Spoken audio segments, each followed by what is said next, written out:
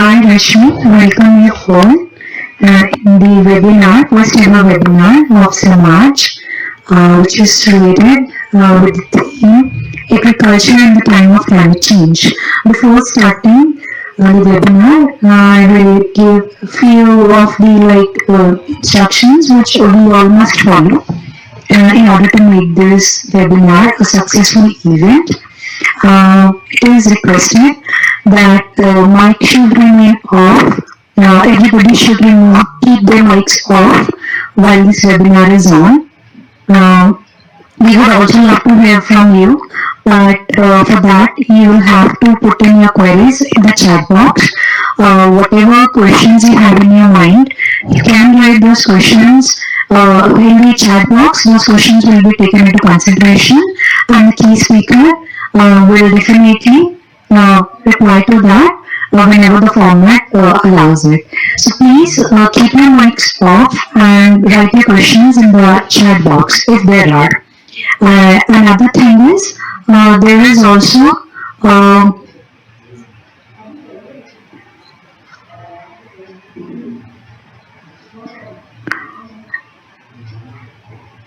hello, am I audible?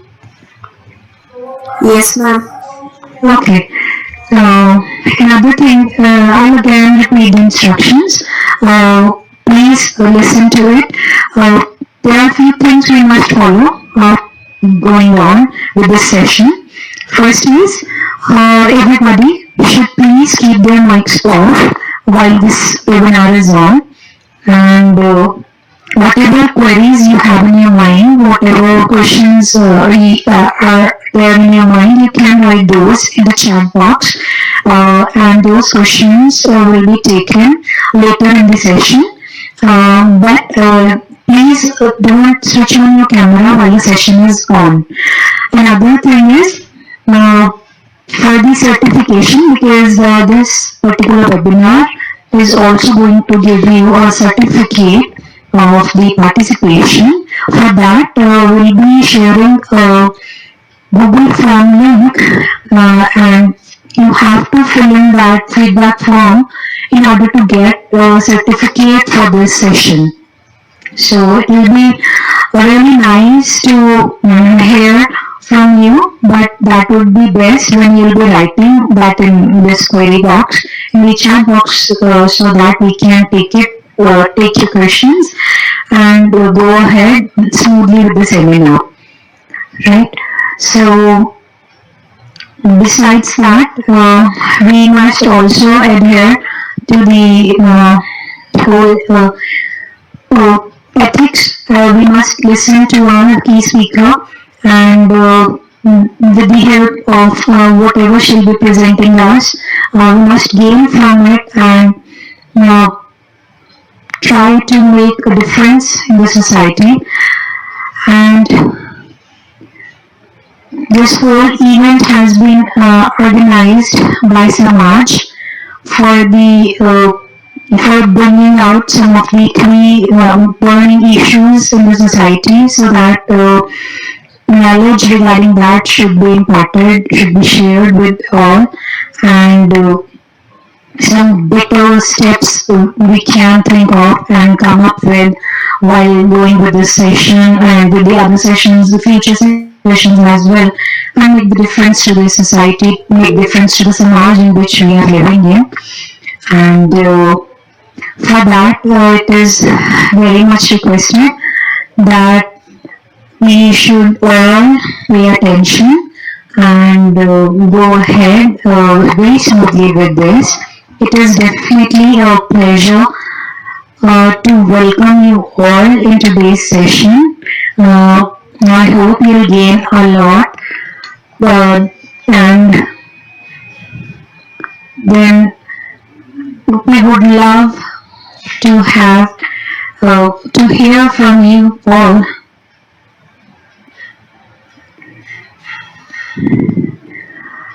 So for this, we all need your kind support.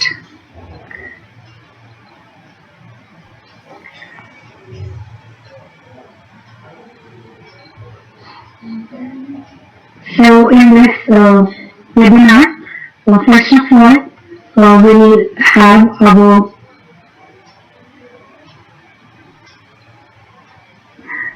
first of all in this webinar, we will start with the introduction, and for that introduction, I would like to introduce all of you, the president of our society, that is SAMAJ, Dr. Aparna Joshi.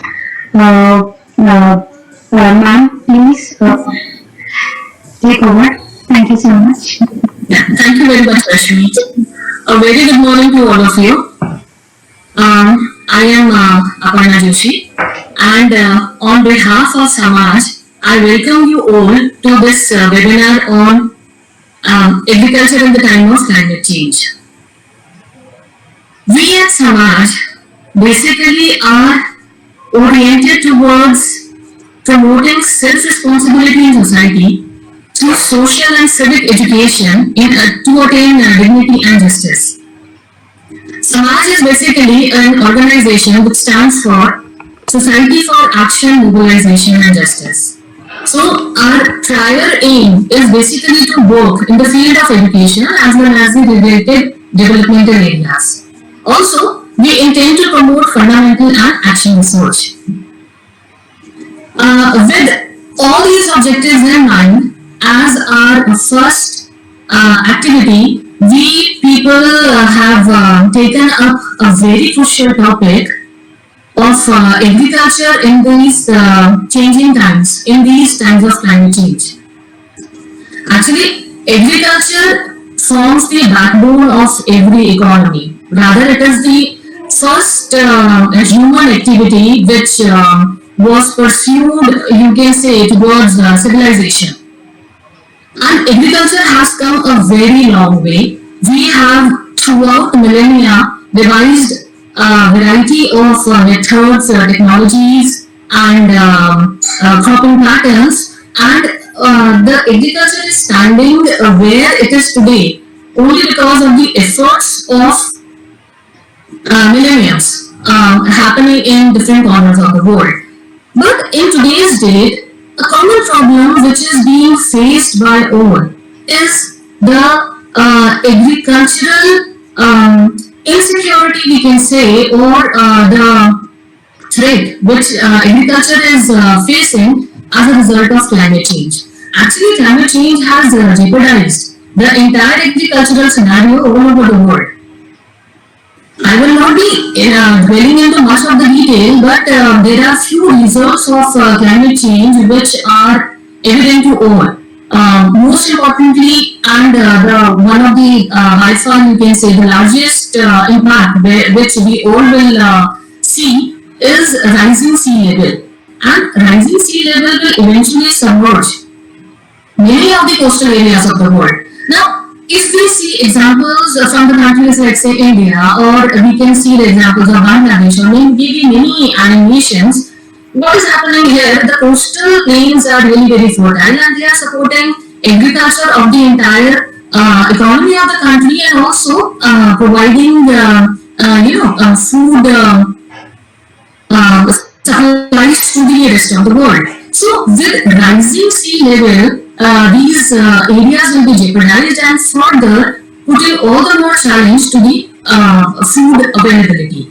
So under these circumstances, it becomes very important to understand the climate change in its full view, to devise new methods, new techniques, innovate, as well as start to think from different dimensions, so that we are able to not only sustain our agriculture but also continue to meet food demand from the rest of the world also, especially in the light of the ever-rising population.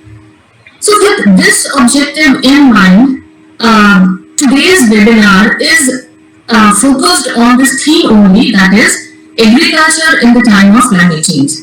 And for taking this webinar forward, I would like to introduce our key speaker today. She she is a very young and a dynamic personality, Dr. Geetika Joshi, who works as a senior environmental scientist in California Department of Food and Agriculture, where her prime tasks are basically involved in planning, development, and implementation of climate-smart agriculture programs and policies relating to reduction of methane emissions, agricultural biomass use, composting, and soil health.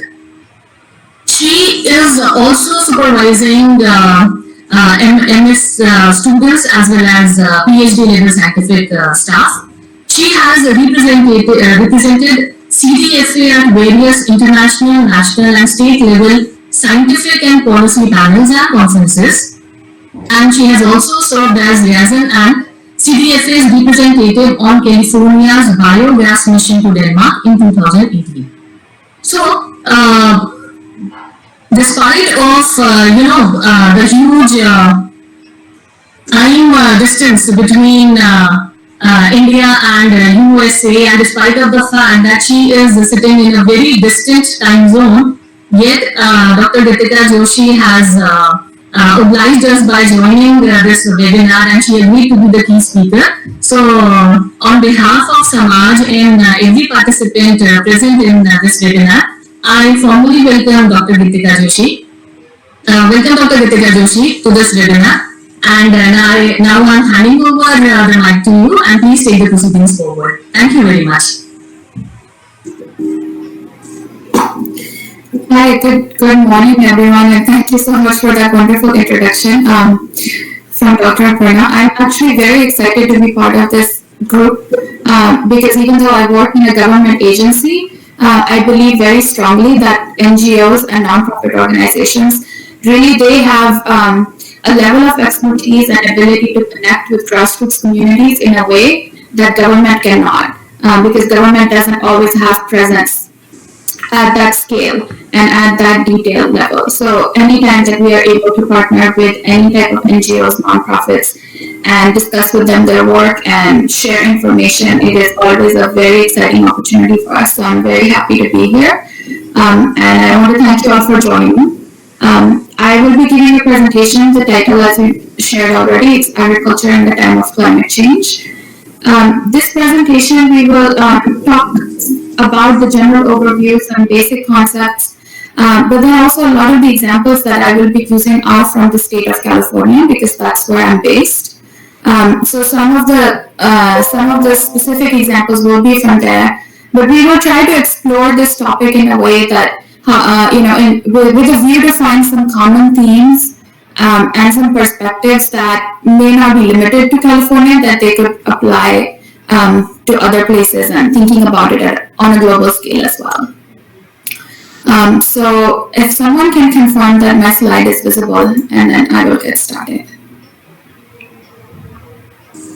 Yeah, ma'am, you can continue your visibility. Perfect, thank you.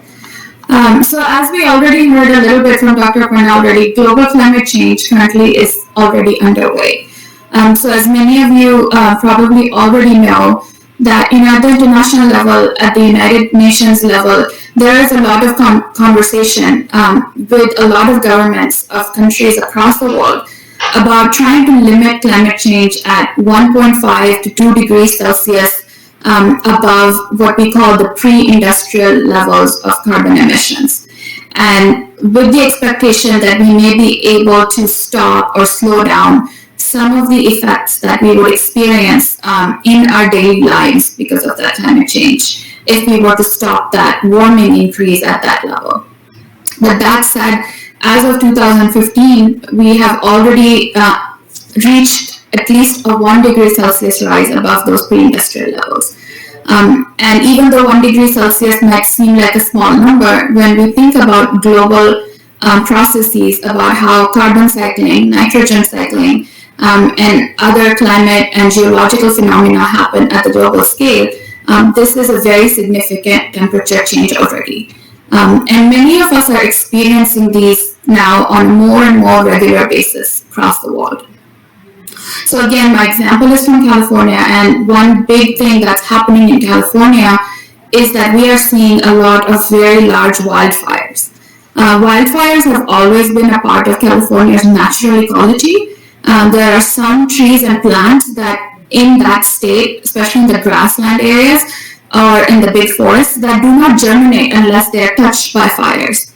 So it's not that fires is a new phenomenon, but fires never used to be at such a large scale and happen so frequently as they happen now. As an example, in the last 3 years already, we have had 2 of the largest historical fires in recorded history in the state of California. The other aspect there is also drought.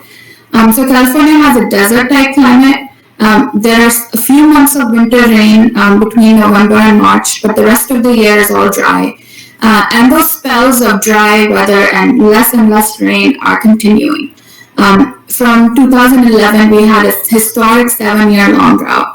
And in 2015, that drought cost agriculture industry an estimated loss of $2.7 billion and about 20,000 jobs. So there is a very large economic impact of climate change. And that's just for California. If you think about the rest of the world, there are many such examples like that. India has been experiencing more and more severe heat waves, especially in the north, in the past half a decade or so.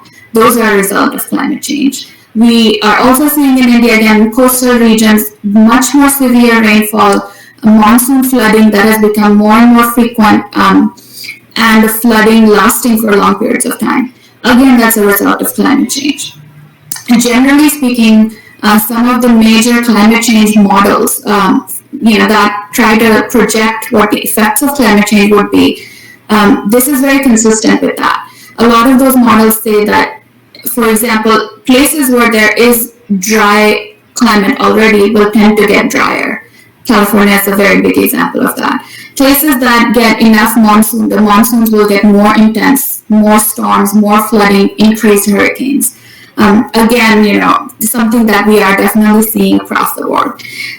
Even, there are some studies that are now starting to talk about, you all probably remember, like just a few months ago, starting from Africa all the way up to India, there was an invasion by desert locusts.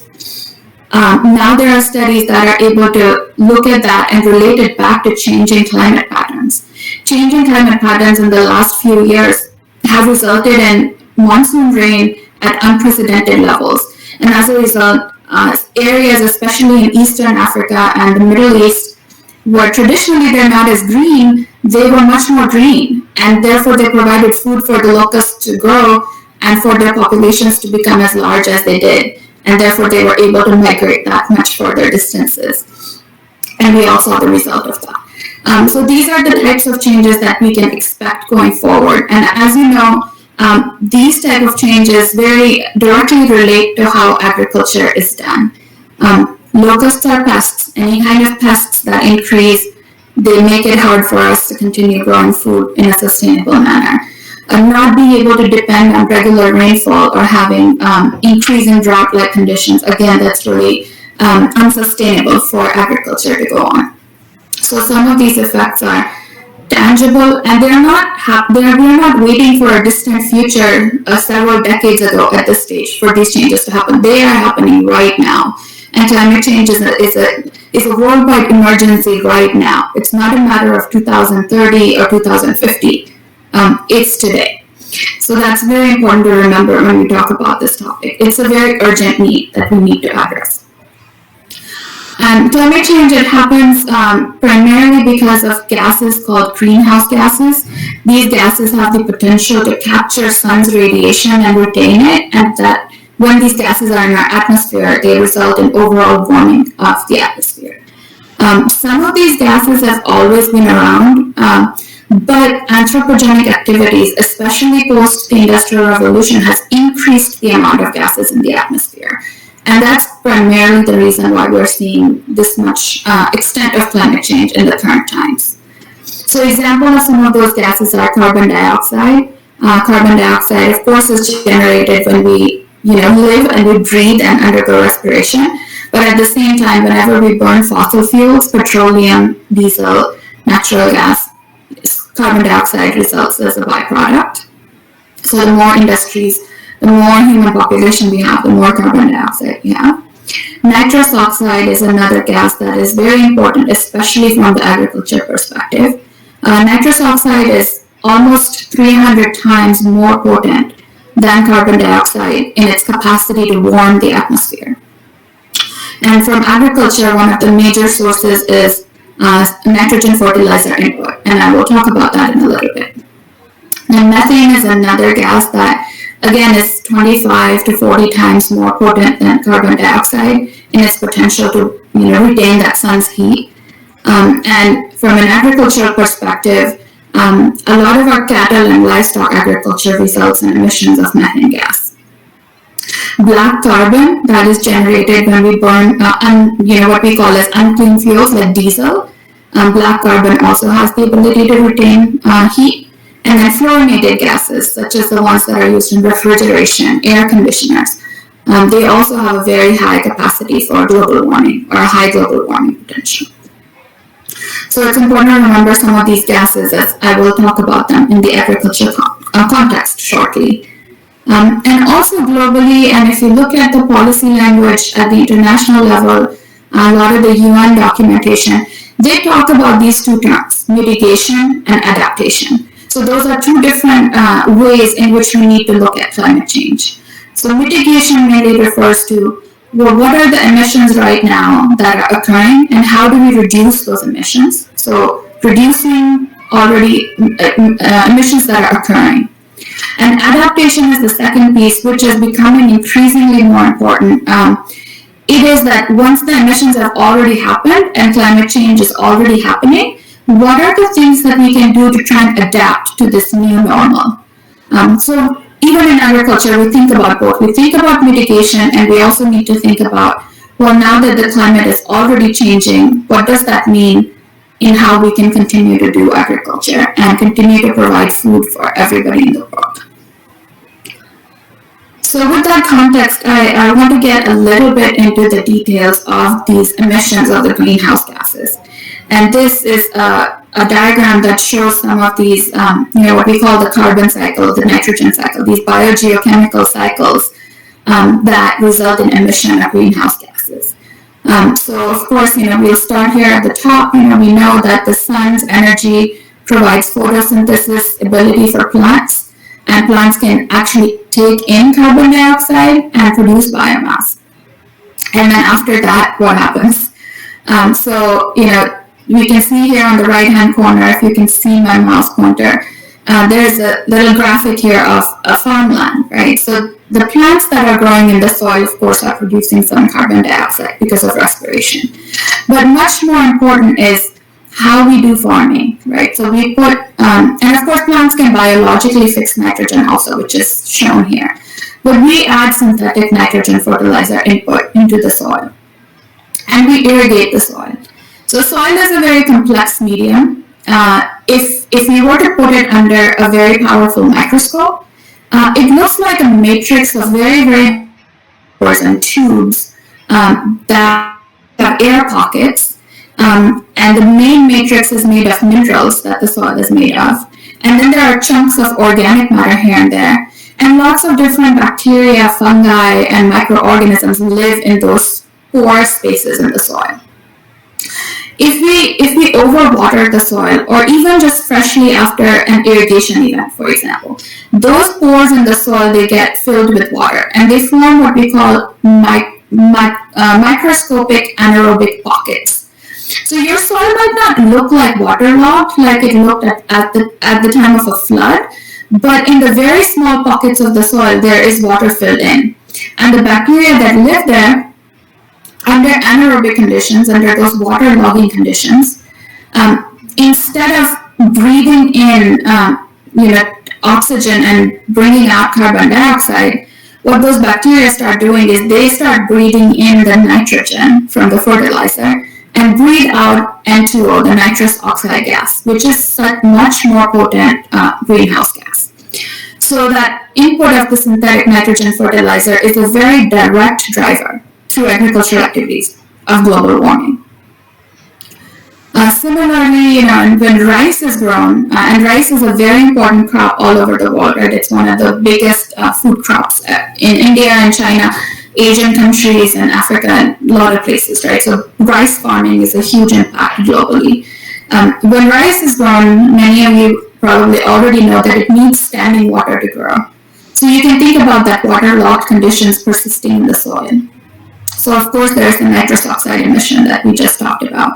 But also in rice fields, because the water is standing for a long time and generates, again, even more anaerobic conditions than just irrigation, we go into what we call the second stage of microbial respiration, where it starts using CO2 to produce methane gas. And then methane gas bubbles out of the rice fields. This also happens naturally in like peat ecosystems where there are bogs, and methane gas comes out of them. But artificially, human-created methane emissions pretty high from rice fields.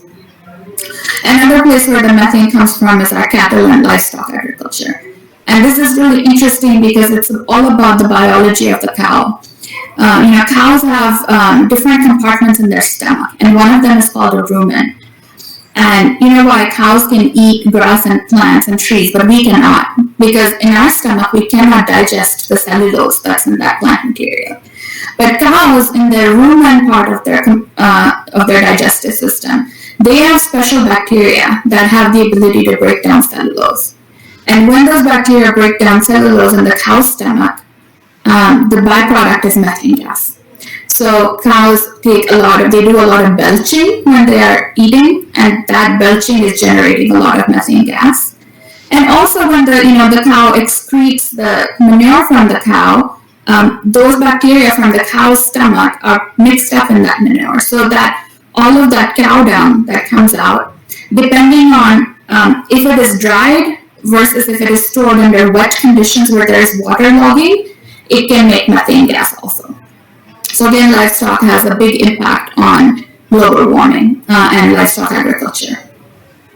And then of course, if we clear the land to create more and more agricultural land because our population is growing for human beings, the trees that are taken out, they are large stores of carbon just within the biomass of the tree itself, and of course the root and the soil system.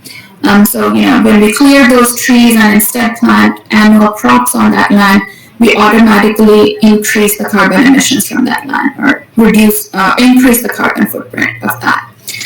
Fire, which is again an important component of farming, burning stubble, burning agricultural residues, that also generates carbon dioxide, methane gas. So overall, agriculture is a net emission activity. For most part, the different steps of an agriculture process produce different types of greenhouse gases, and there's a net increase in our emissions through agriculture. So agriculture is a source for most part. But it doesn't have to be. So that's the interesting part that I will cover for the rest of the presentation, is that are there ways that we could manage agriculture in such a way that we could reduce those emissions? And can we reduce those emissions?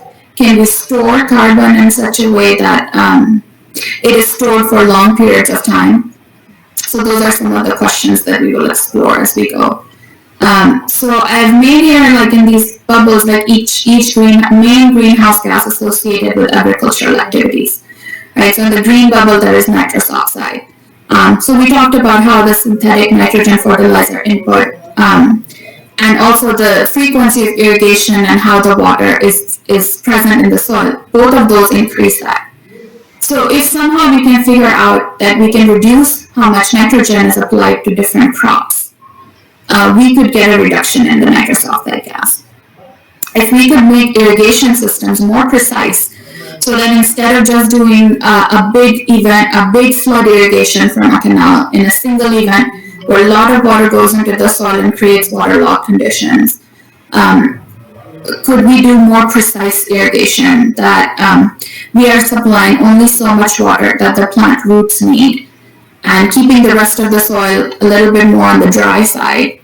That creates an environment that the bacteria that make nitrous oxide don't like as much, right? So we could potentially reduce that. So that's another way of thinking about it. Carbon dioxide, how can we reduce carbon dioxide emissions? The main source of carbon dioxide emissions is burning of fossil fuels.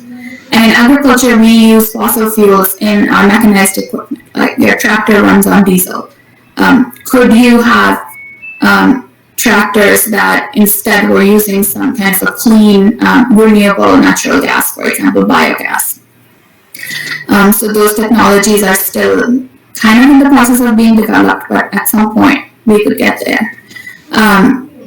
Another source of carbon dioxide is, I talked about the farm equipment, but I'll come back to it. But let's talk about the soil carbon sequestration piece, because that's really interesting too. So soil has the capacity naturally to store carbon in the form of soil organic matter. I have another slide on this, so we'll talk about this in a little bit more detail as well. And then finally coming to the methane gas.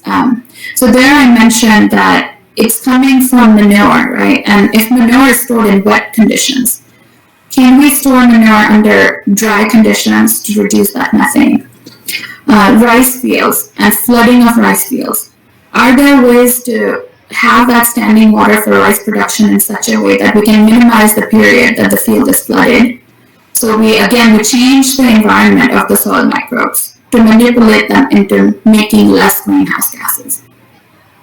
Also, the methane gas itself, it's basically biogas, right? It can be used as a renewable fuel.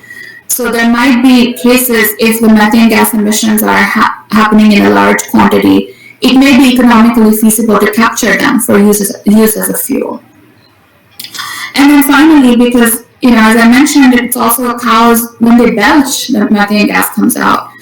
So at least in countries where livestock agriculture is more based in large feedlot type operations, there's also research to look at additives that can be added to the feed for those cattle that can actually suppress the bacteria in the cow's stomach from producing methane gas. There's some really interesting research on this going on, especially looking at some type of marine red algae that produce a compound that inhibits the bacterial enzyme that makes methane. And at University of California in Davis, they're doing some trials to see if the cows like the taste of that red algae mixed in their feed, and if they would accept that food. So some really interesting kind of cutting edge type of work there on that topic. Also, like we can, sequester carbon in the soil by adding some carbon-rich amendments to the soil, adding compost, adding mulch.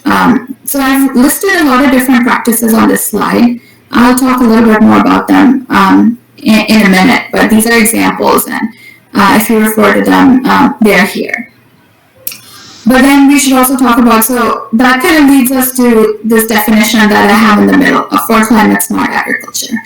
What is climate smart agriculture? It is an approach, and this is the UN definition of it. It is an approach that helps to guide actions that are needed to transform and reorient agricultural systems to effectively support development and ensure food security in a changing climate. So you heard that from us in the beginning in the introduction part, right? Food security is, of course, the primary important objective. But in climate smart agriculture, it's a collective way of thinking and managing agricultural systems in such a way that we have to basically rethink how we are doing agriculture.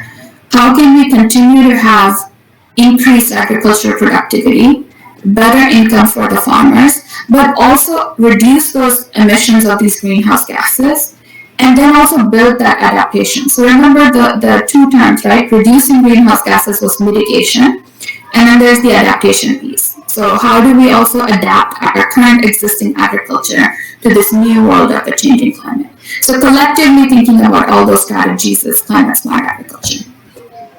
And it focuses a lot on these greenhouse gases that we talked about.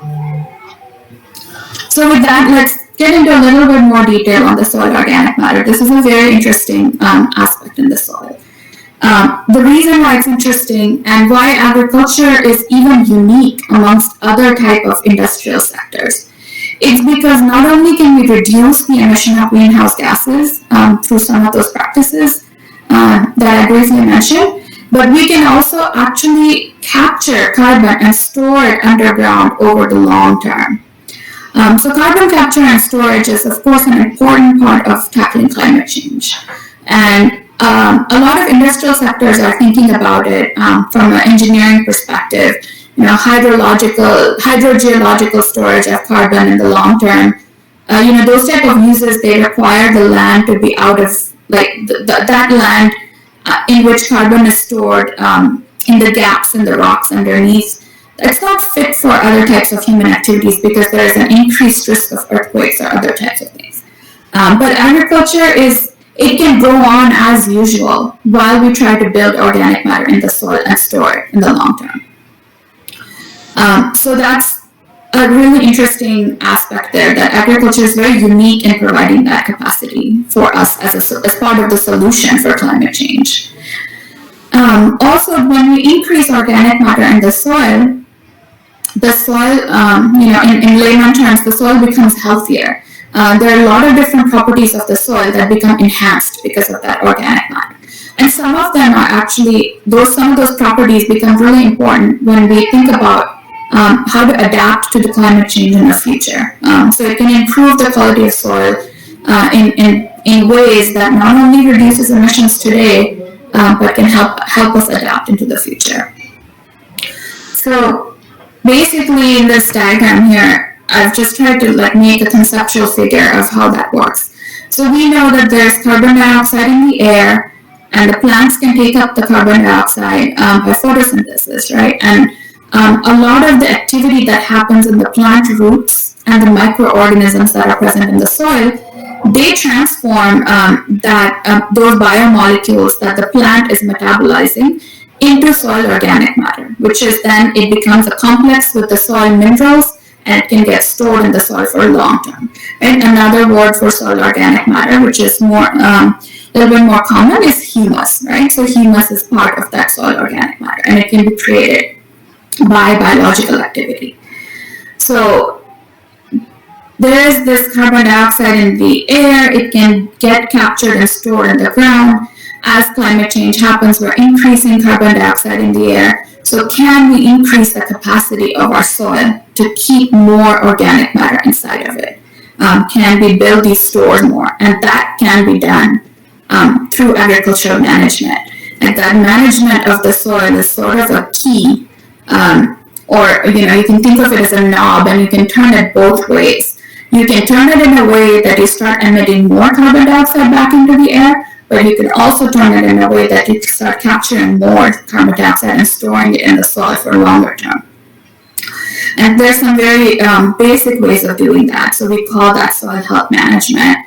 A big one is just not disturbing the soil as much, because the more we disturb the soil, it creates more air pockets, it increases the oxygenation in the soil, which means that all of the microorganisms and plants, they start metabolizing very quickly, and they start just decomposing that organic matter back and respiring it out as carbon dioxide.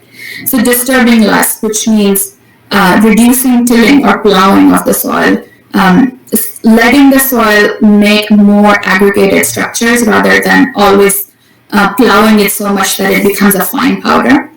So maintaining that structure in the soil can be really important. Another way is to put a cover on the soil so that it's always covered by a stable community of plant roots that can keep that biological activity there. It also stops the soil from erosion. So of course, when we do agriculture on a land, we are growing crops and we have to harvest them. So we may not always be able to have a permanent cover on that land, right? Because we have to use that land over and over. But in between harvesting one crop and planting the next crop, we could put in what we call a cover crop, which is just there to maintain the soil and prevent it from oxidizing too fast. So maintaining a cover on the soil. Another way of maintaining a cover is putting mulch, which is like wood chips or some kind of a material that doesn't decompose as readily. So wood is a great example of that, or smaller pieces of wood or mixture of wood and other type of plant residues that might come from, for example, harvesting corn, and you're left with the stover from the corn. So those types of materials, again, if the soil can just be covered, those materials, instead of burning them, we could use them as cover on the soil until we're ready to plant again. and that even helps, prevent the organic matter in the soil from just decomposing and being lost to the atmosphere. And cover crop is an example of the next one, which is living roots. So maintaining those living roots in the soil. And of course, doing these type of activity, we maintain a great, healthy biodiversity. So, the soil that has a greater diversity of plants, insects, and microorganisms in it is much more stable and maintains more organic matter into the long term than a soil which is constantly over and over plowed, harvested, using synthetic inputs, and we do not allow that structure in the soil to be maintained and preserved. So maintaining that biodiversity, again, is an important part when we think about soil health. And all of that soil organic matter, keeping that in the soil, has a lot of benefits. It helps in better plant growth because plant roots love organic matter. It's a slow-releasing nutrient that can be available to them in the long term. In the deeper layers of the soil, where the roots don't reach, we are sequestering the carbon, right? So we're increasing storage. But soil organic matter itself also, its properties are such that it improves the texture of the soil, and it also increases the water holding capacity. It's kind of like a sponge. So how if you put a sponge in water, it just absorbs the water and it holds it until you squeeze it out. So humus is similar too. So at the time of a drought, for example, your plants could be sustained a little bit better if your soil had good amount of organic matter and was holding some of that water. In contrast to a soil which does not have organic matter, it's primarily mineral. Think of a sand. The water just flows right through the sand. It doesn't, retain the water. And then that water either just runs off and goes into streams or just goes straight to groundwater, but it's not available in that living, breathing layer of the soil for the plants to use.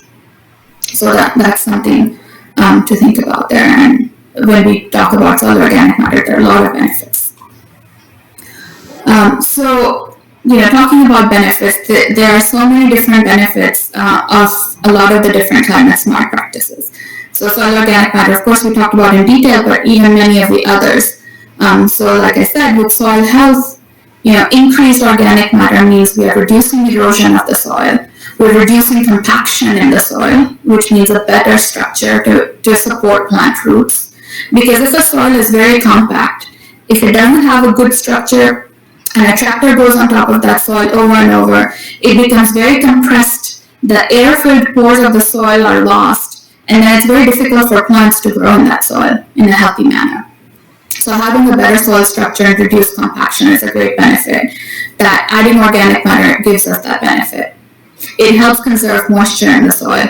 It also helps maintain a more even temperature in the soil. It helps improve water infiltration so that a lot of the plants roots can go in and grow properly. It also has benefits for the quality of water.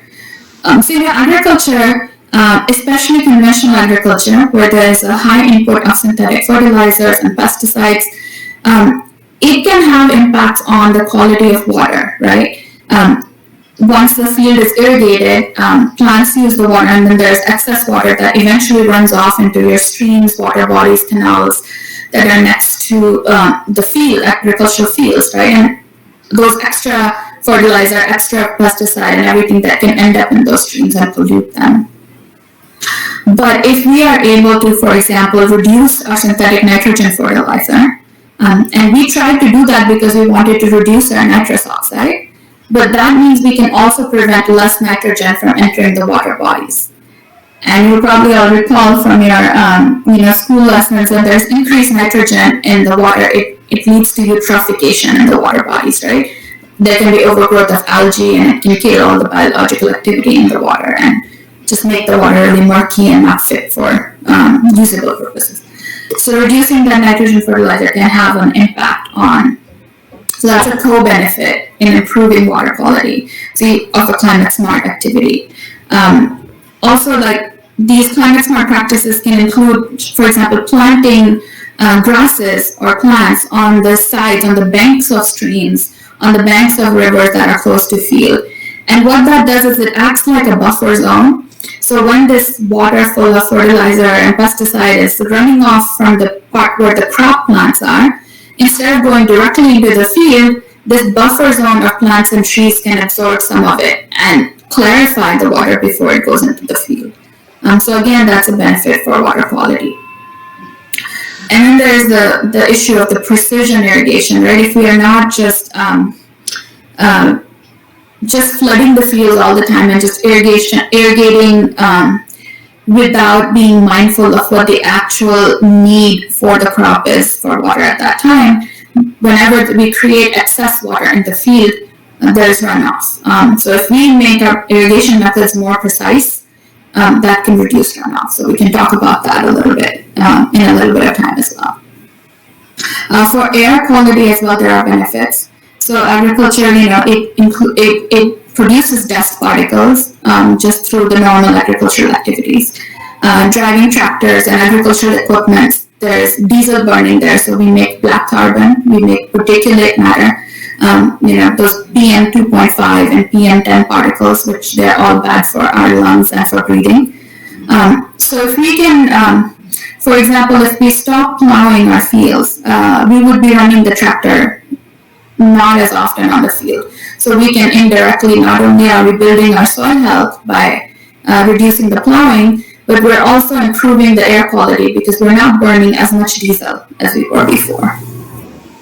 Or just by the fact that our healthy soil is not getting eroded too fast, it's not creating that much dust, that automatically improves the air quality.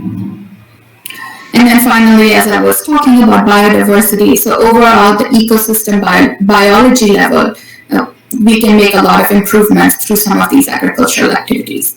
One of the practices, an example of it, is called prescribed grazing. So it's for pastures, lands, instead of leaving out all the animals on the entire pasture field at the same time. What a farmer does is they divide the field into sections, and then the animals rotate on different sections of the field. So it's also called rotational grazing. So with that, we can, for example, there are bacteria in the animal feces, right, that they might all be falling on the field, and then there's an irrigation event happens and everything washes off into the water body, and we may be introducing pathogens into our water body. But if we do rotational grazing, we can do it in such a way that animals are grazing in one part of the field, whereas irrigation is happening in another part, and then we switch them. So that way we can manage that the water that might be going out of our field might have less pathogens due to just managing how we move the animals on the field. A lot of these practices involve just planting, like I was saying, those buffer zones along streams, or just even, in a field where there are crops being grown, the border of that field, the boundaries of those fields are just barren land. And one can think about planting just some trees on the borders or just shrubs or bushes on the border, and they kind of keep that soil intact in the plant roots. But also, like, that increases biodiversity because it can provide habitat for trees, for insects, for butterflies, for beneficial insects. One can choose species that can attract pollinators and boost the bee population in that area, things like that. So a lot of biological and biodiversity benefits can also come from these practices. So climate smart agriculture is not just about greenhouse gases. It's about thinking that how do we reduce greenhouse gases, but also achieve other types of benefits from our farming system as a whole. So we're looking at a farm as a whole ecosystem. Whereas, when the Green Revolution happened, for example, and it was necessary at its time, right? We needed to feed a growing population. We needed those inputs. But the focus there was only productivity, increasing productivity. And everything was geared towards increasing productivity. Whereas now when we talk about climate smart agriculture, we're thinking of the whole farm as an ecosystem. So productivity is of course important because that's what we need at the end of it from our land. But what are all of the other things that we also want to take care of in that land? That's important to think about. So in that context then, what are some of the choices that farmers and consumers can have? As a consumer of agricultural products, how can I go and make a choice that I know is good for the environment? And if a farmer wants to think about how do I do something that is good for the environment, like what can they do? What are the choices, right? So based on everything that we've talked about so far, the key here is to balance the negative impacts of farming with the co-benefits that we can achieve. Are there ways to achieve a net positive environmental benefit? Not just net positive for greenhouse gases, but an overall environmental benefit. Some of them we may be able to calculate, some we cannot, but still we can think about a holistic view. So thinking about the whole farm as an ecosystem and taking that systems approach and doing something what we call conservation planning. So making a plan for the farm that is geared towards conserving all of the natural resources that are on the farm and that are around the farm, and then still maintaining a good level of productivity and still addressing our food security problems. So these practices that we talked about, climate smart, like it has these two categories. So one is when we take that whole systems approach, we're thinking about the ecology of the whole farm. Those are also called agroecological practices. But climate smart is not just about agroecology, it's also about thinking about technologies. What kind of technologies do we currently have available that can help us achieve these objectives? New technologies, more precise technologies where there might be minimized negative impacts. It can be a combination approach there. So there are a lot of terms that people use, and sometimes they use them interchangeably, and they don't always have a very set definition. But if you study more in this field, you will come across, agroecology, as I mentioned, climate smart agriculture. Sometimes people call it net positive farming, so thinking about all those environmental effects and impacts and thinking about where there's a net positive benefit. And some people also call it regenerative agriculture, which is basically, in regenerative, the concept is that we have degraded a lot of the land with our conventional farming, and then how do we regenerate its capacity and the health of that ecosystem so that we can have sustainable food production from it for decades to come. Because we know now that we cannot continue in the way we had green revolution, we cannot continue that type of farming into the future, decades into the future, because our land will stop being productive if we keep using it that way. So sometimes people obviously then think, should we only be eating organic food and only be buying from organic farmers? Because organic farming doesn't do all of this. And so there also it's important to know that organic is it's a very specific term now in industry context. It's a type of a certification process where a farmer can get certified saying they are an organic farmer. And there are many requirements in that certification process, and many of these practices that we talked about, they can be part of an organic system, but it's also important to understand that organic system on its own, it is not necessarily a system with no inputs. You still have to put in some type of fertilizer, some type of pest control, something within that organic system. In some ways, like organic is a very narrow set. But when we think about agroecology and climate smart agriculture, it's a much broader view of thinking about agriculture. But of course, there are also other ways to think. It's hard to know. You won't be able to know if the food that you're buying at the supermarket or at the grocery store or at the kirana store or at your local vegetable vendor.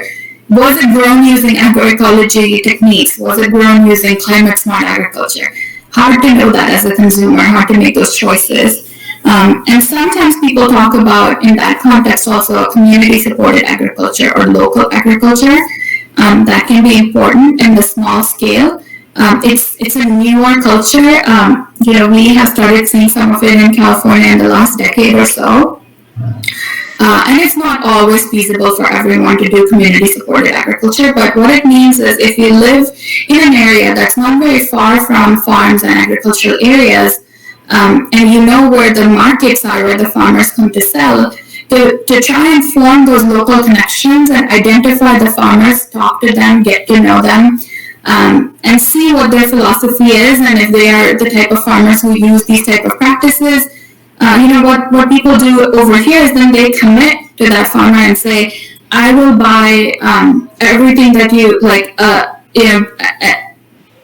That farmer might be growing, for example, a variety of vegetables, and then the consumer says, okay, I will pay you in advance for 2 months or 3 months, and everything that you're growing on your farm, I will buy some of it. So it's about making that local commitment and getting rid of basically the middleman.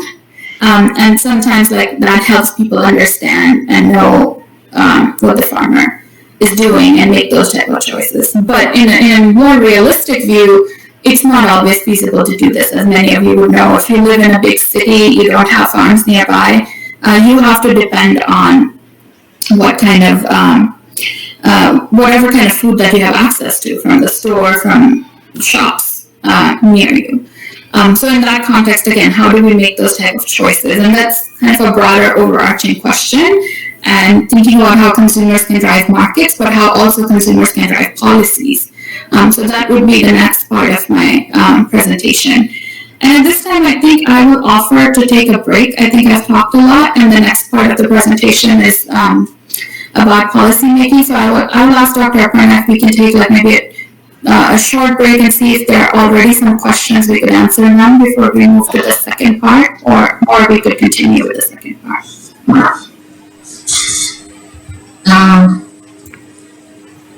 This entire discussion has been very interesting, and I was going through the questions, but I don't think so that many questions have cropped up. But definitely, Dr. Geetika, I have a question in mind. While you were speaking about cow and cattle, we love our cows. In India, we love our cows. In USA and the Western world also, cows are loved. So, cattle is used for two things. Either it is used for beef or it is used for milk. And we know that how much methane emission is basically caused by cattle. These days, in present times, there is a trend of getting into vegan diet. People are now, having more inclination towards turning vegan. So it means that cattle, all those people who have turned vegan now do not require cattle either for beef or for milk or maybe for any other purpose, milk products. How this trend of going vegan will help planet? That's great. This is a solution. This is a solution.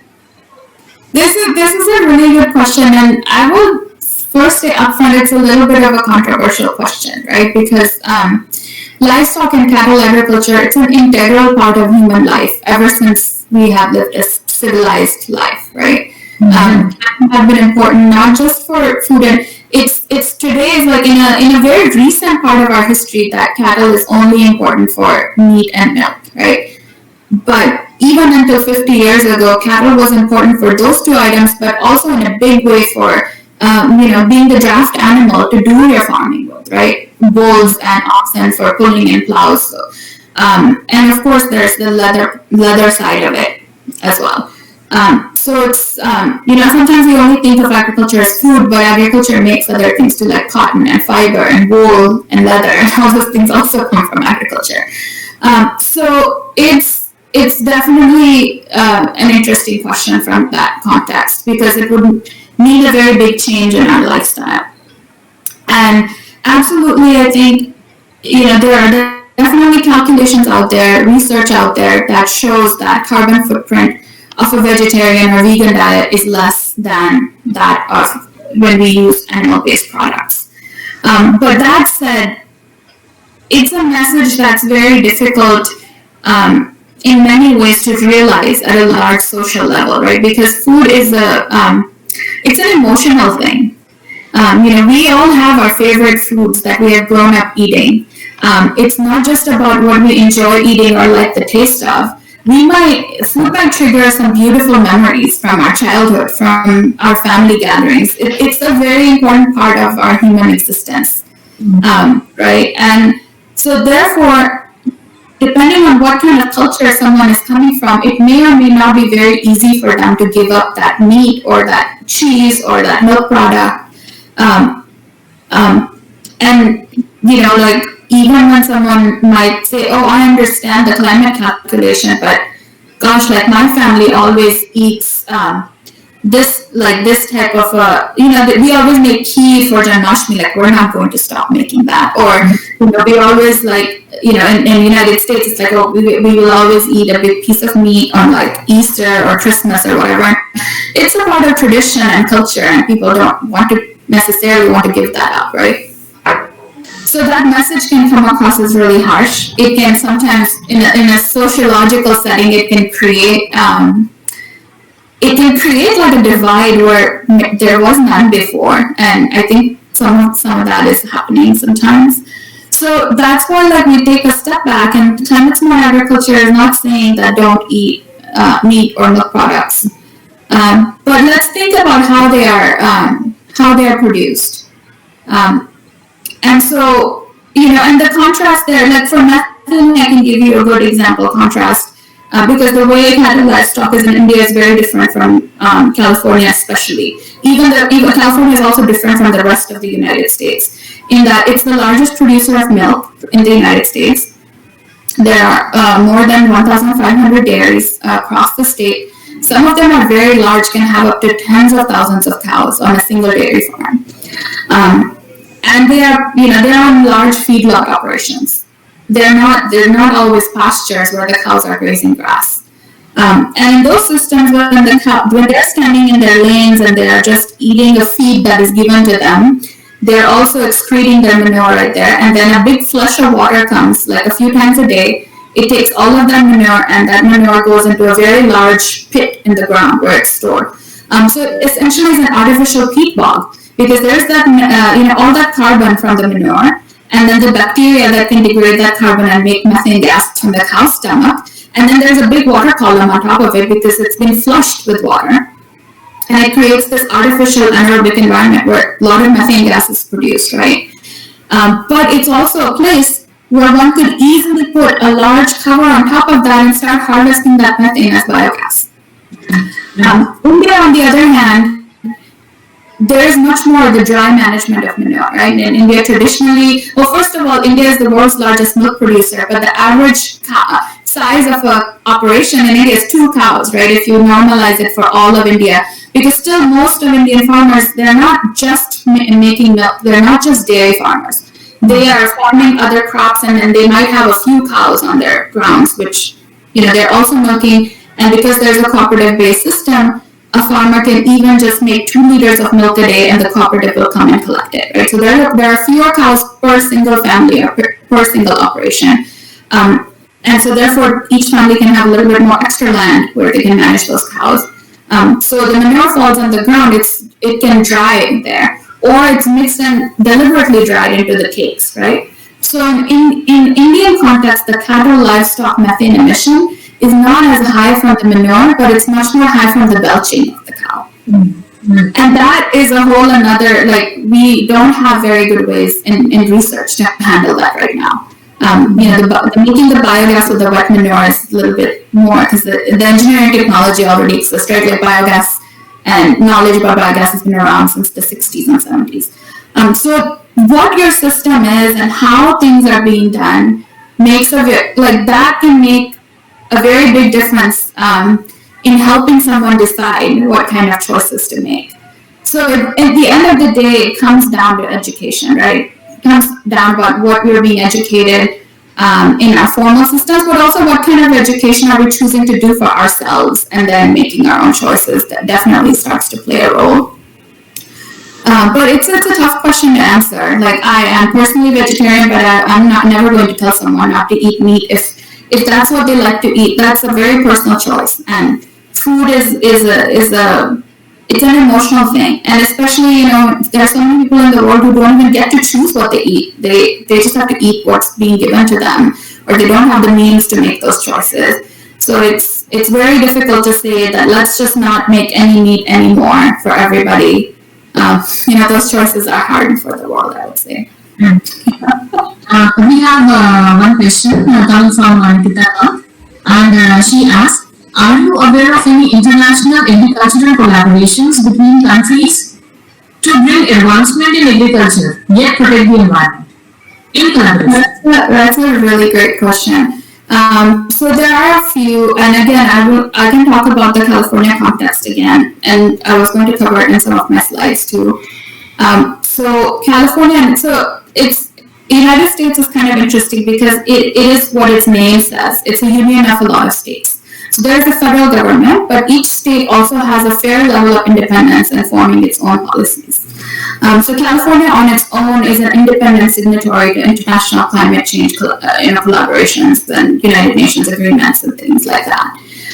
And one of the things that the state of California has done in the past few years is found regions in the world that are climate analogs. That means they have similar climate as California. So what we have in California is what we call the Mediterranean climate, like I described earlier, desert-like, 6 to 8 months of dry and then rainy winter. So other parts of the world that have similar climate, what we are trying to do is form agreements with them, memorandums of understanding for information exchange and sharing information on what impacts of climate change we are experiencing, how they're being addressed in our respective regions, and what can we learn from each other.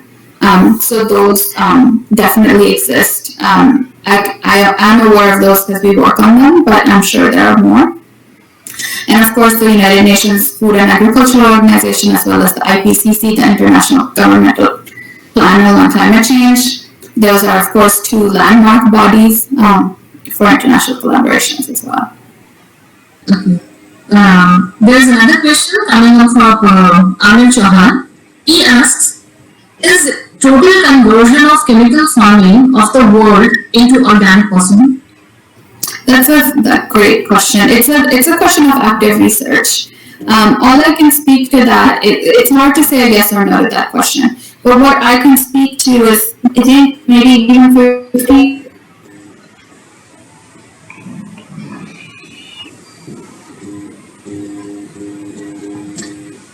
Dr. Geetika, there is some interruption, I think, from your side.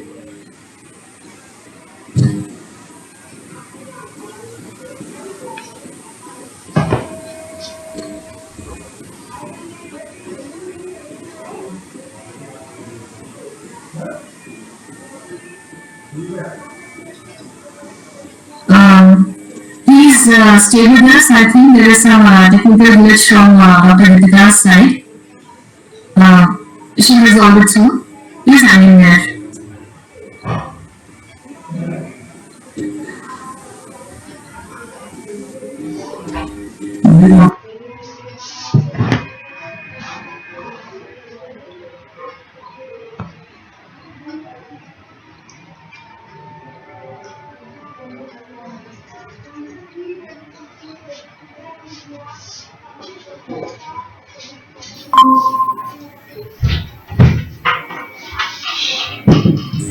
I can hear you. Yeah, sure. Okay. Yeah. So the question was, can we convert organic to organic completely? And several years ago, still a lot of the research was showing that the productivity decreases with organic agriculture, but I think now there is more research that shows that that may not necessarily be a case. So again, like I said, organic by itself is a very specific term for an industry-specific certification. So I would encourage us to think beyond organic and think about climate-smart agriculture as a whole. It's a combination of practices. Many of them are similar to organic, but there is a lot more information there, and a lot more tools in the toolbox there to think about. And it doesn't necessarily mean that there's no synthetic fertilizer input, but it's about thinking how can we balance that synthetic fertilizer input with other practices on our farm that we could still achieve a net positive benefit. So it's important to, I think, sometimes keep that perspective from there too. Okay. Next question is from Ms. Shreya Pant, and she asks, what qualifications are required to get into research in the field of agriculture in India or otherwise? So for research purposes, you would have to have a master's. Like, usually people start doing research when they're getting their MSc, and then after that, they usually go for a PhD program. So there are lots of great agricultural universities in India and the rest of the world. So most of the time, I think any type of biological sciences background at the bachelor's level is a good starting point to get into agricultural sciences for masters and beyond. Okay. And then another question from Swapnil Pawar. I think this is the last one. Or maybe if there are more questions, we'll be taking up them later. The question is, the algae is really beneficial and important in carbon dioxide emissions reductions. So which algae it is, if it is yes? Oh, so I think this is about when I was talking about the methane part. So I was talking about a very specific example of a type of a red algae, a marine seaweed, red seaweed species that is currently being tested to mix in the feed for cows, and it can potentially reduce. It basically suppresses the enzymes and the bacteria that are inside the cow's gut from making that methane gas. So not specifically a CO2 reduction, but it's more of the methane reduction side. But I don't remember the name of it. I can look it up and send it to Dr. Aparna later, and you can get it from her. So I guess we can now continue with the second part, if that's okay. Absolutely, absolutely, Dr. Geetika. Over to you. Perfect. I will share my screen again. So yeah, let's start with the second side. I was talking about choices that consumers can make and farmers can make, and policies can be a very big driver in helping people make these type of choices as a whole, as a society. Right. So the case study that I'm using is, again, it's California example because I live here and I work here. But then we will think about some of these concepts and see how they can translate into other places. So very specifically in California in 2006, a bill was passed by the state legislature, which is called the Global Warming Solutions Act. And it said that California must achieve 1990 levels of greenhouse gas emissions by 2020. And we are in 2020 right now, and we have achieved that, so that's really great.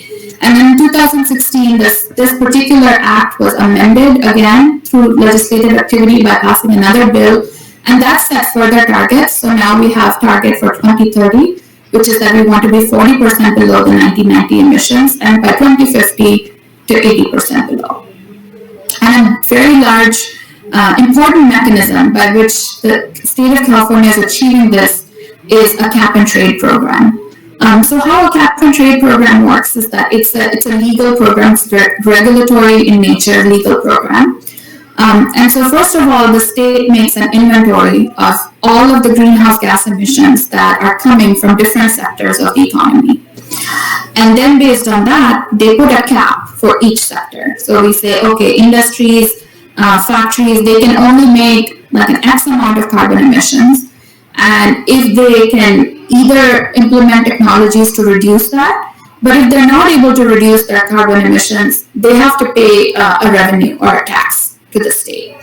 And then what the state does or the government does is from that money that it invests in other projects that can then reduce carbon emissions somewhere else. So that way it offsets the carbon emissions from one sector using that other sector. And it kind of generates that funding to do so. So we have a cap and trade law in place in California. And this pie chart kind of shows, like currently our 2020 edition of our California inventory, it shows like 41% of our greenhouse gas emissions come from transportation, 24% from industrial, and agriculture that we're talking about today comes from 8%. They forms 8% of the total greenhouse gases for the state of California. So agriculture is very important for California. I mean, most of the times when people talk about California, especially internationally, everybody knows about Hollywood, they know about the beaches, they know about Silicon Valley and computer and software and investment. But agriculture is actually very important in California economy, and California is the largest agricultural state in all of the United States. In 2019 alone, California agriculture had an over $50 billion output, and more than 400 different types of crops and agricultural commodities are produced in California. It produces 1/3 of all the vegetables in the United States and 2/3 of all of the fruits and nuts. So we also call California the fruit basket or the salad bowl, because all of those nice fruits and vegetables. California has a warm climate all year round. We don't have a cold winter and snow like some of the other states in the country. So agricultural production can happen year round. And lots of different types of crops can grow. It's also a very large state, so there is a big variation in the geography of the state. There's oceanside, there's a valley in the middle, there are mountains to the east. So all types of climates are occurring, and also different types of soil are there. From clay soil to sandy soil to silt and loams, we have all types of soils, and different soils are good for supporting different types of crops. So agriculture is just a very important part of California's economy. It generates lots of jobs, especially in the central part of California where most of our farms are. And so to have that resiliency and adaptation to climate change, it's really, really important to maintain sustainable agriculture in California. And there have been some specific policy initiatives in the state as well. So one, is called the Healthy Soils Initiative. It first started in 2015 when the state government of California said, okay, what can we do together? All the different agencies and departments under the state government, what are the different steps they can take to promote soil health overall? We have an initiative for biodiversity as well to enhance biodiversity in the state overall, but also on agricultural lands. We've had some executive orders by the governor. One was just passed last week, which again says 2020, it says again, just emphasizes one more time how important soil health and biodiversity is for the state. And so that's all at the state level. And at the federal or the central government level, there's also United States Department of Agriculture, and it has a division called the Natural Resources Conservation Service. And that service also has some programs which are, they provide funding to farmers to, again, do that planning on their farm around conserving natural resources. So they can provide some funds to the farmer to make better environmental decisions around their farms as well. So we work very closely with the central government agency on some of these topics as well. At the Department of Food and Agriculture, we have an office. It's called the Office of Environmental Farming and Innovation. And we house there several different programs. All these programs are funded from that cap and trade revenues that I was talking about earlier. And what we do through these programs is we provide funding directly to farmers to adopt some of those climate smart agriculture practices on their farm. And it's important to provide that financial support to farmers, right? Because they are used to doing farming a certain way, which is the conventional way for the most part. Right? They know what their inputs are, what their outputs are going to be, how much money they're investing, and what their income is going to be. They have been doing that for generations. So it's very difficult for someone to just leave all that and say, oh yeah, from tomorrow, I'm going to do climate smart. But they may not know, right, if they can maintain the same level of productivity. Can they maintain the same level of profit? Will they need to change the type of investment it takes to do that agricultural activity? Those are all important economic decisions from the farmer's point of view. And it's a very big responsibility for the farmer, right? We're telling the farmer that, look, not only do you have to grow food for us, but you also have to maintain the environment for us and our children and our future generations. It's a very big responsibility. So it only makes sense that we, through the government and policies and support, that we can give some financial support to the farmer in order for us to do those duties for us as a society, right? So that's what we do through these programs. So we have a program for setting up dairy digesters, which are large anaerobic. So as I was explaining, California dairy farms can have large concentration of manure in wet environment. So putting in those large-scale biogas plants, they can get funding from our programs to do that. Some of those biogas plants are so large they can produce 2 to 3 megawatts of electricity. It's like a big power plant. Right? So they can produce a lot of renewable energy through that source. We have a program called the State Water Efficiency and Enhancement Program, or SWEEP for short, that's specially designed for precision irrigation systems. So drip irrigation, in implementing soil moisture sensors. So those are like automated sensors that are connected to a computer or sometimes to a phone app, and the farmer can know, okay, my soil is dry, so I need to turn on the irrigation.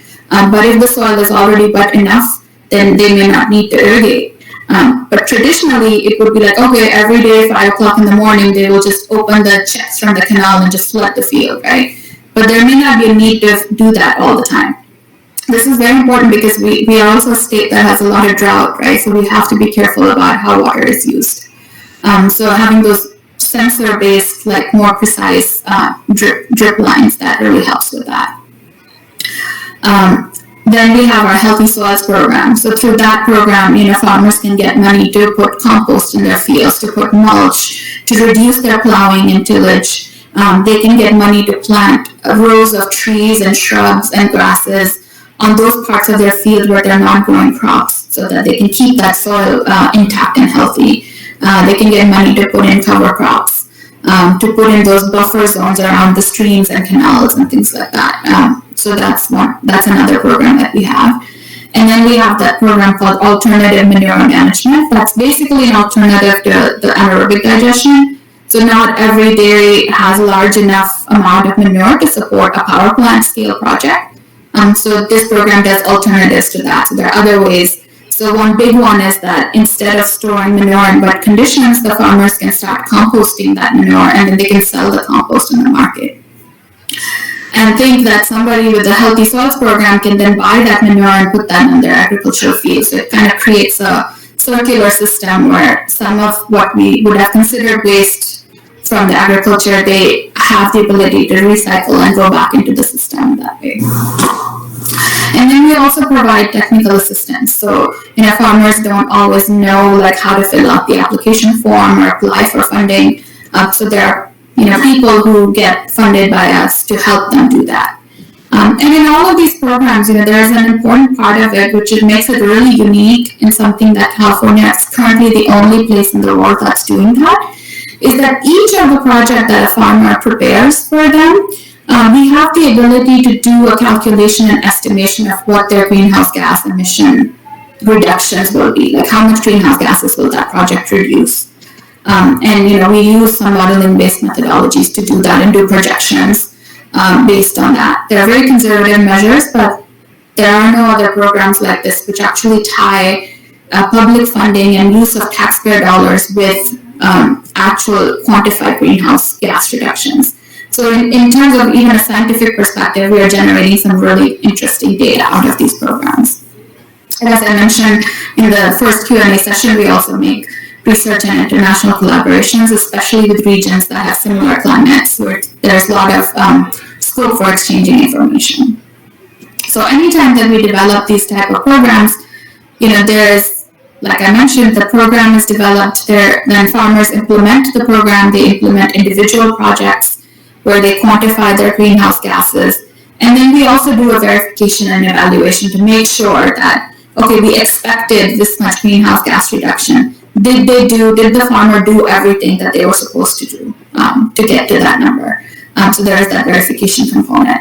And all of that requires a lot of education, outreach, and engagement. In that, we do it ourselves, but we also partner with like nonprofit organizations, NGOs, universities.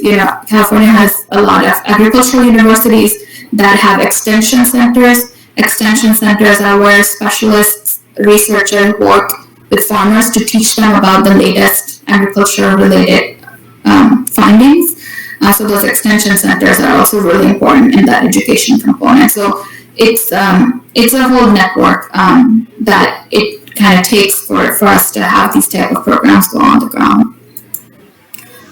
So on this slide, I just have some examples and numbers. There are some photographs of the type of projects that we have funded. So as you can see here on the top right, there's this anaerobic digester. It's a very, very large it's not a pit. We call them lagoons. They're like a very large lake, size of many swimming pools combined, and then there's a whole cover that goes on top of it that captures all the biogas that gets collected underneath.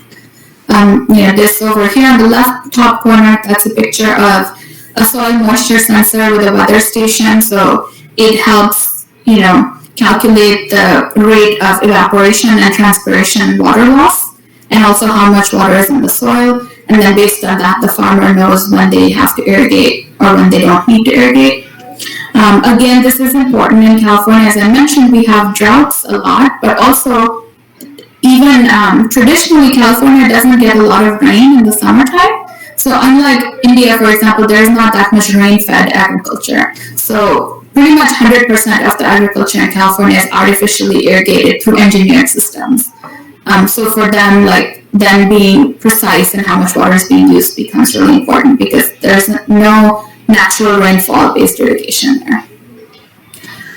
This flush to scrape conversion is an example of a dairy project where they're not making the biogas, but they, instead of flushing the manure with water and creating waterlogged place for the manure, it's scraped off dry with this truck. This truck that you see in the photo has a scraper in front of it, and it scrapes off the manure in a dry form, and then that manure can be composted.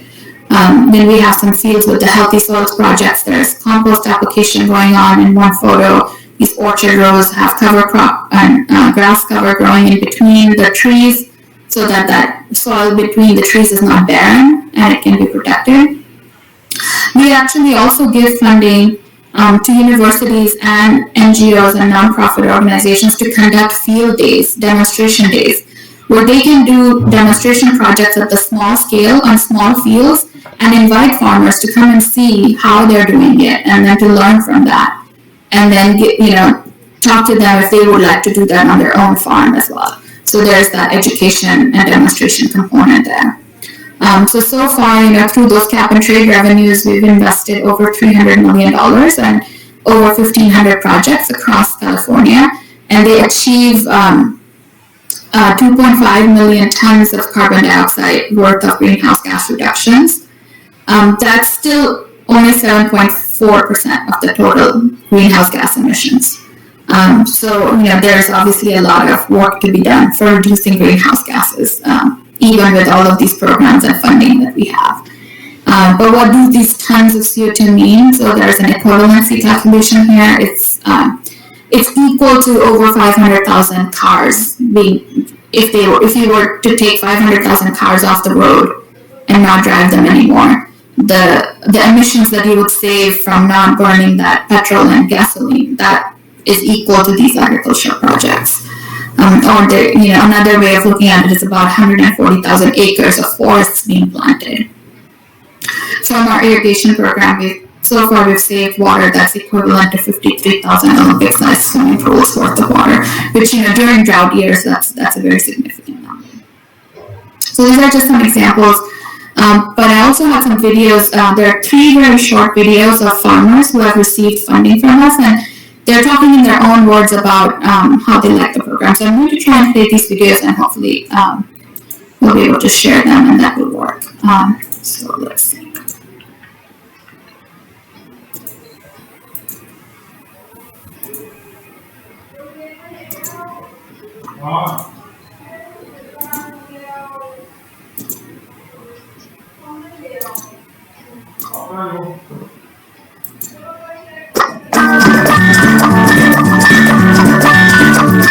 Is the audio working? Can someone confirm?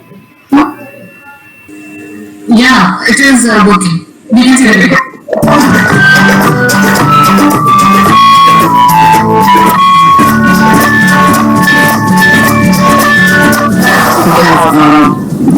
Plants along the ditch to filter water. You have this diversity of plant life, of carbon in the soil. The soil has increased water holding capacity, so we can irrigate with significantly less water. They also have wrapped up perches and wood boxes and owl boxes. It's just an opportunity to create habitat for beneficial insects and wildlife.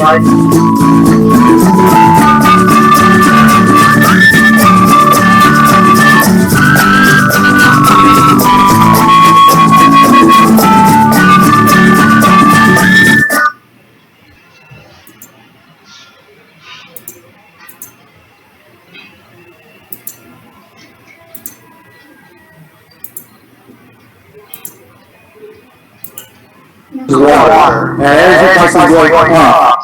As our resources are dwindling, such as water, and energy prices going up, the SWIFT program is going to help us save on both water from the ground level and save energy from the solar system.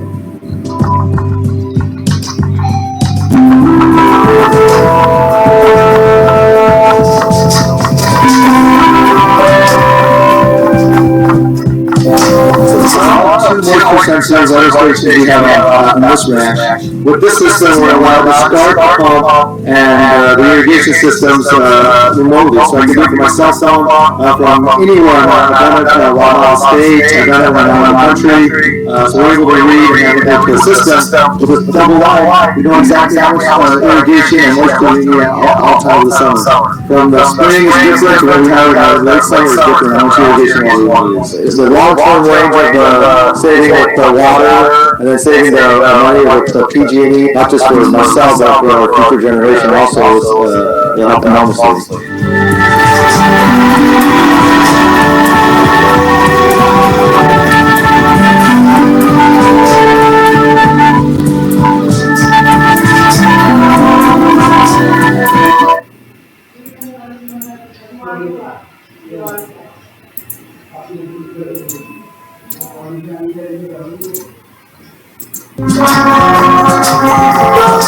Management is important because as farmers we need to be responsible stewards of everything.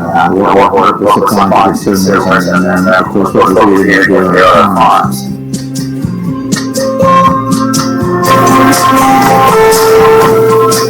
The understanding is what we are now transitions on, or baby calves coastal reading will come in here and get acclimated to group housing. Learning to step outside and graze in the pastures because we are not like this area that grazes cattle. The true benefit coming from this barn is it's a compost facility where we have 2 dead cats on both sides.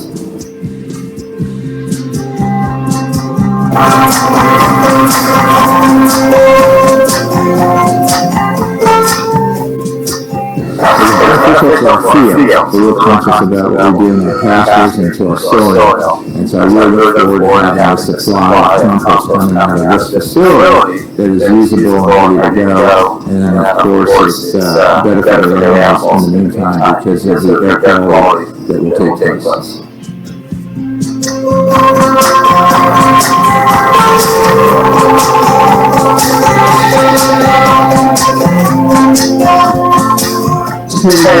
AMP program, any kind of environmental program is very important to us. I would say primarily because we started out, we made the decision 20 years ago to build an organic farm. But the real reason is, as we raise our 5 children and all of our employees on this farm, we've made the conscious decision to do the right thing at every turn. Having access to some grant money to further move our operations ahead is just an absolute blessing.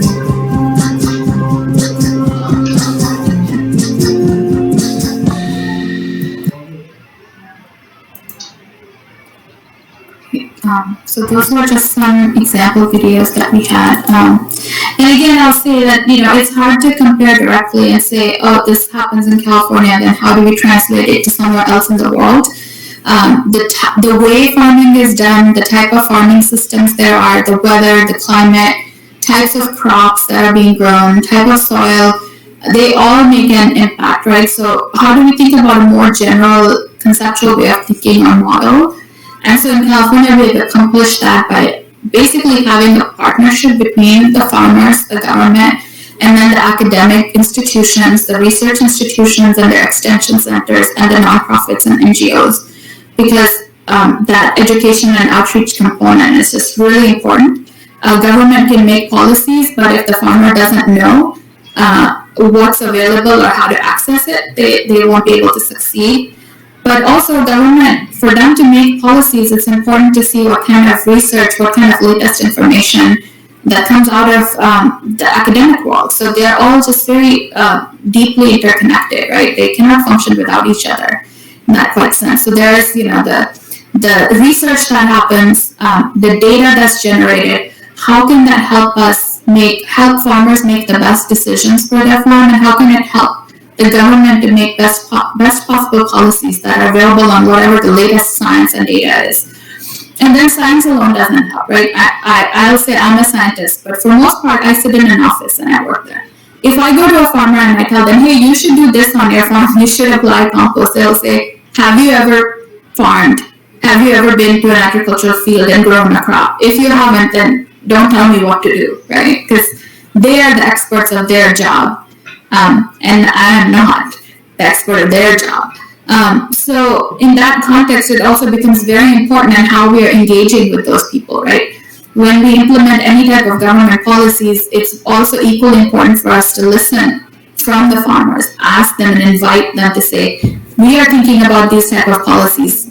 What do you think? Will this work for you?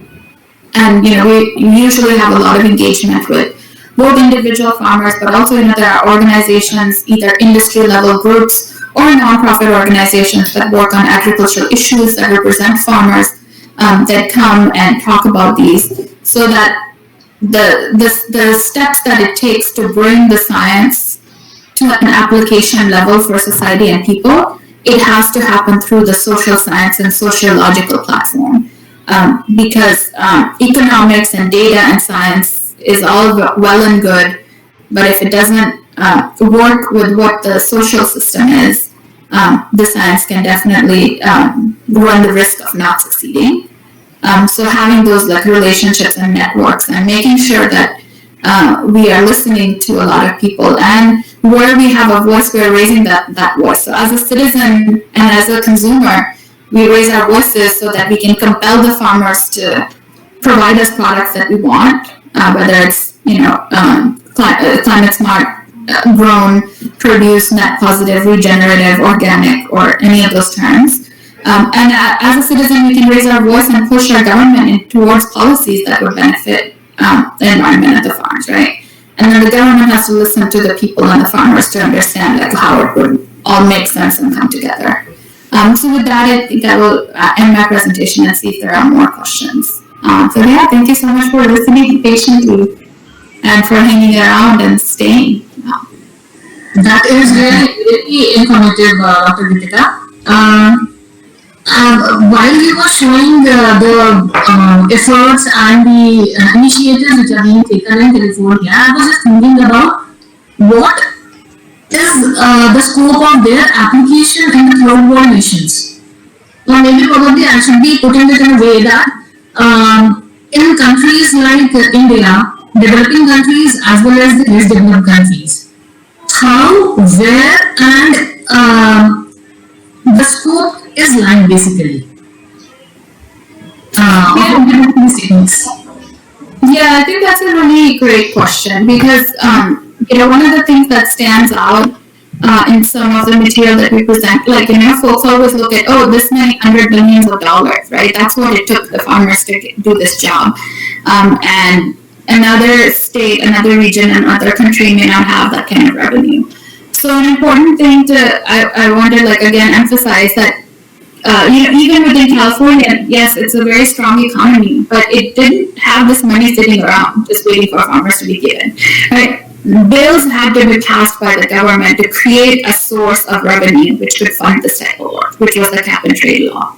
Right? So again, it has to be driven by people asking that we want our government to do something about climate change. And back in 2006, cap and trade was some of the more innovative ways of thinking about that climate change. And people voted for it, and it happened, and it created a funding source. So that civic action, I think that makes a very important part of the whole story, right? We all have to take responsibility for addressing the climate change issue because it won't solve itself, and it won't be solved by just one body or one entity or one government. It takes everybody's efforts to get there. And then the other one is the education and outreach, right? How can we mobilize? We won't be able to mobilize our civic movement in a thoughtful and meaningful ways if we don't have the right type of education to back up those ideas. So we have to think about how we're educating ourselves. If you are young students, are you thinking about these kind of questions, these type of topics? Like, we all should be thinking about them. Then, there are people at universities and colleges and academic institutions who are doing a lot of research on these topics. How good are we at disseminating that research to the common people? Because a lot of time, academic research is published in academic journals, and it's read by other members of academia. It's not always accessible to the regular citizen. So what are the ways in which we can disseminate the scientific information and knowledge in accessible, effective ways to everybody? Because these issues are for everyone, right? It's important to know that you may not be a farmer, but you will always need food. So you must be interested in agriculture, right? There's no other way. So some of these are just, I think, more compelling, overarching questions. It's hard to say that the Indian government should do this or that, because there are obviously its own limitations, and also, like, I'm not an expert in the Indian governance part, right? I don't work in that area, so I can't speak to that, because there might be others who actually might have better solutions and better answers. But overall, I think a more holistic participation, engagement, education, like outreach, those are some basic principles that apply to everything, and they apply to climate change as well. Okay? We have to take some personal responsibility at that level. We raise our voices. If we raise our voices enough, and if there are enough consumers, if there's enough of a market for products that are produced through these environmentally beneficial ways, then the farmers and the food industry will be compelled to produce them, right? So as a consumer, we have that power. And then as a citizen, we have the power to try and push and raise our voices so that our governments can push those policies too. So those are definitely two ways, but there's probably more. There's probably a lot of young students here who have more creative, better ideas, I'm sure. I have a question now. Do you think that global transition to a more resilient and sustainable agriculture, that is what we are talking today, climate smart agriculture, will it really help if we try if move on here at a global level? It is going to help us achieve the food security, especially in the Asiatic countries where population pressure is like very high and it is increasing. In Africa as well, these two continents are basically, I'm not saying these two continents only, but these two continents are facing the wrath of climate change much more than other countries, and they don't have resources to go into this. If they go into this, so do you really think it will help them out the zero hunger thing that we are really thinking about in 2030? So this climate smart agriculture is a solution for that? Absolutely. That's such a great question, because it's a very broad question. And once again, like climate change, so agriculture is one sector, right? Climate change obviously impacts all of the sectors, so we need all of the tools in the toolbox. So agriculture alone is not going to solve the problem, but can agriculture be a very important part of the entire suite of solutions? Absolutely, right? And then I think that's kind of where also the climate smart agriculture, that net environmental benefit question becomes interesting, is because it doesn't absolutely exclude, like we have become dependent on the whole as a world, right? That we have this population, and we're dependent on feeding that population by growing food a certain way. So we're definitely used to using fertilizers and other things that we need to use in our farming. And it may or may not be possible and feasible to give it up altogether. But if we change our framework, so we're not discounting those options, but we're saying if we are going to use some of those options, how do we balance them out so that we are not creating an overall burden on the environment, which is what we've been doing so far. So it's a framework of thinking. It's not saying, like from tomorrow, like nobody uses chemical fertilizer. That's unrealistic. That's economically not possible. It's hard to make policies like that. But the other way is like, can we think of this whole farm as a system and say, okay, maybe we need to use some fertilizer here, but how do we offset the effect, the negative environmental impact of that fertilizer by doing like maybe 3 or 4 other things around that farm? So it becomes like, it's hard to find a silver bullet solution like that will fit every farm and every farming system and every crop type. it will need to be more tailored at the individual farm level, and that's kind of where that education piece is really important, right? Because farmers also don't always have the capacity of making these type of choices. They also need support, either financially, but also sometimes just from a technical perspective, like somebody to advise them and somebody to share that information with them. So it's a complex network. I mean, it's hard for anyone to say those goals are going to be reached. But what other option do we have if we don't even try at least what we have in our arsenal? We have to give it our best shot, right? Because it's the only home we have. That's perfect, ma'am. Thank you so much. It is actually right. We have to give it our best shot in order to at least go into that direction. Thank you so much.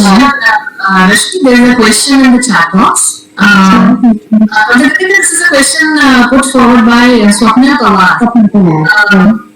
He is a graduate and he says that he is working on solar powered air algal purifier for reduction in pollution and achieve climate change goals.